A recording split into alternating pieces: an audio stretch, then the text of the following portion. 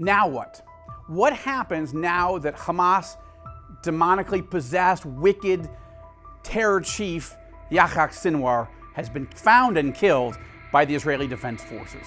Hi, I'm Joel Rosenberg with a YouTube exclusive for the Rosenberg Report. I'm in Jerusalem, back after a month in the States, traveling, speaking, briefing people on what's happening in Israel and throughout the Arab Muslim world. A lot of changes, and this happened, Sinwar's death, Israel got him on the very day that I was heading back to Israel with my wife, Lynn. So I want to talk about where this war goes from here.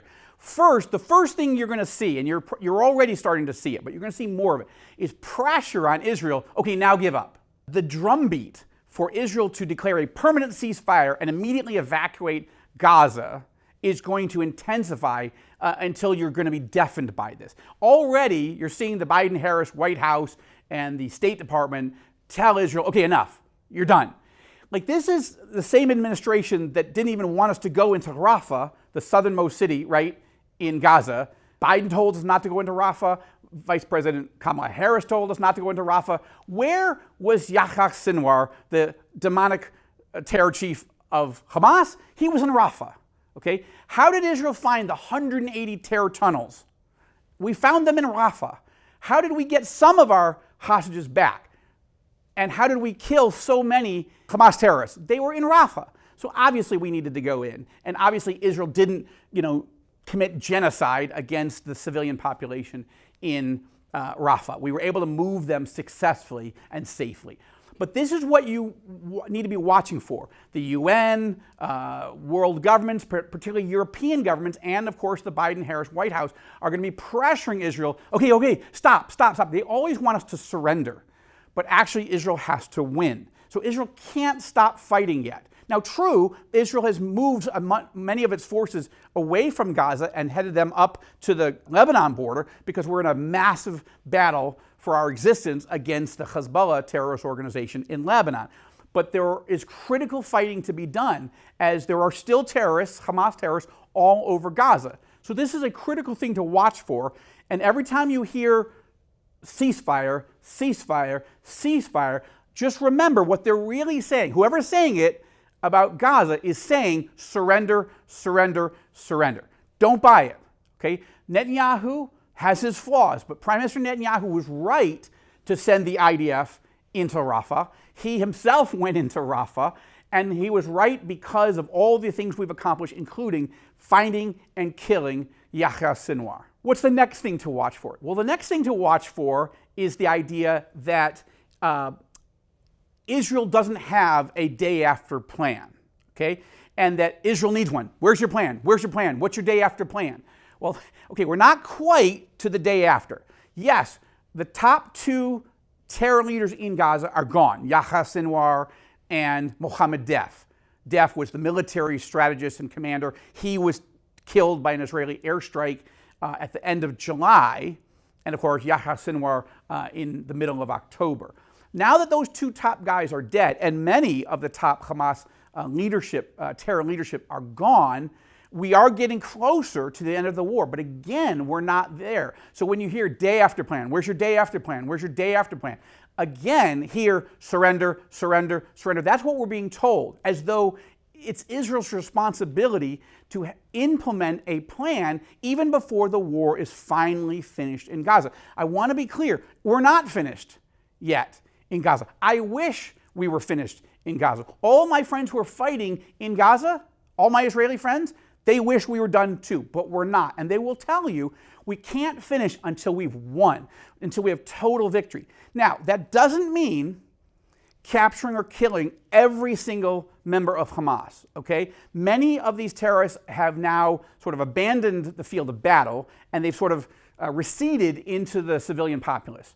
But many of them are coming out again as they see Israeli forces, some of them being withdrawn and heading up north to Lebanon.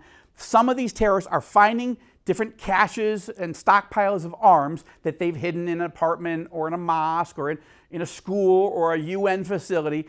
They're finding those weapons and they're coming out to fight again against Israel. And they're trying to kill Israeli soldiers. and they're trying to block humanitarian relief going to Palestinian civilians and so forth.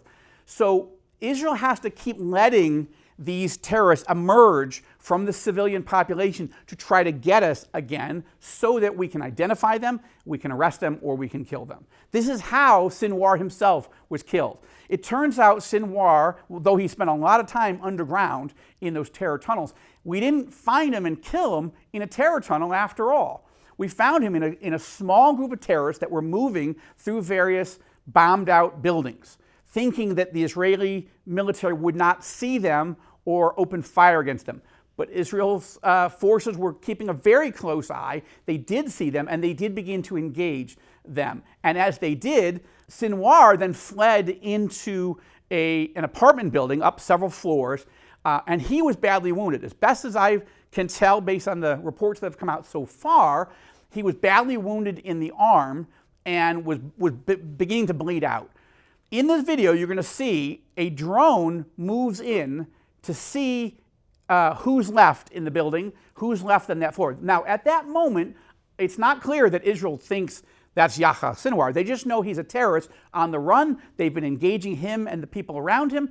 They don't know, I don't believe that Israel knew at that point that this was Yahya Sinwar because he was camouflaged, his face was camouflaged. But you'll see a wounded Sinwar try to throw a stick of some sort at the drone, hoping to knock it down.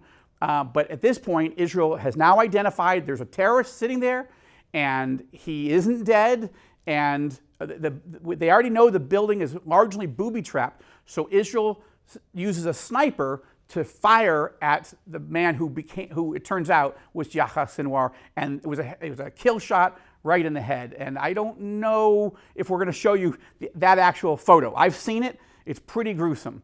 But it took a little while longer till Israeli forces were sure that that building was secure, that they moved in and then began to make sure that every terrorist in that building was dead and every booby trap had been dismantled. Only then, once they peeled off this covering off of Sinwar's face, did they realize that sure enough, this was the terror chief, the mastermind of October 7th, this demonically possessed, wicked leader, and that Israel had in fact gotten him. Why? Because Israel hasn't given up. They haven't surrendered. They haven't fled the field of battle. They haven't accepted the insistence by the United States government, in the Biden-Harris White House, and all these other world governments to give up, to surrender, to accept a permanent ceasefire.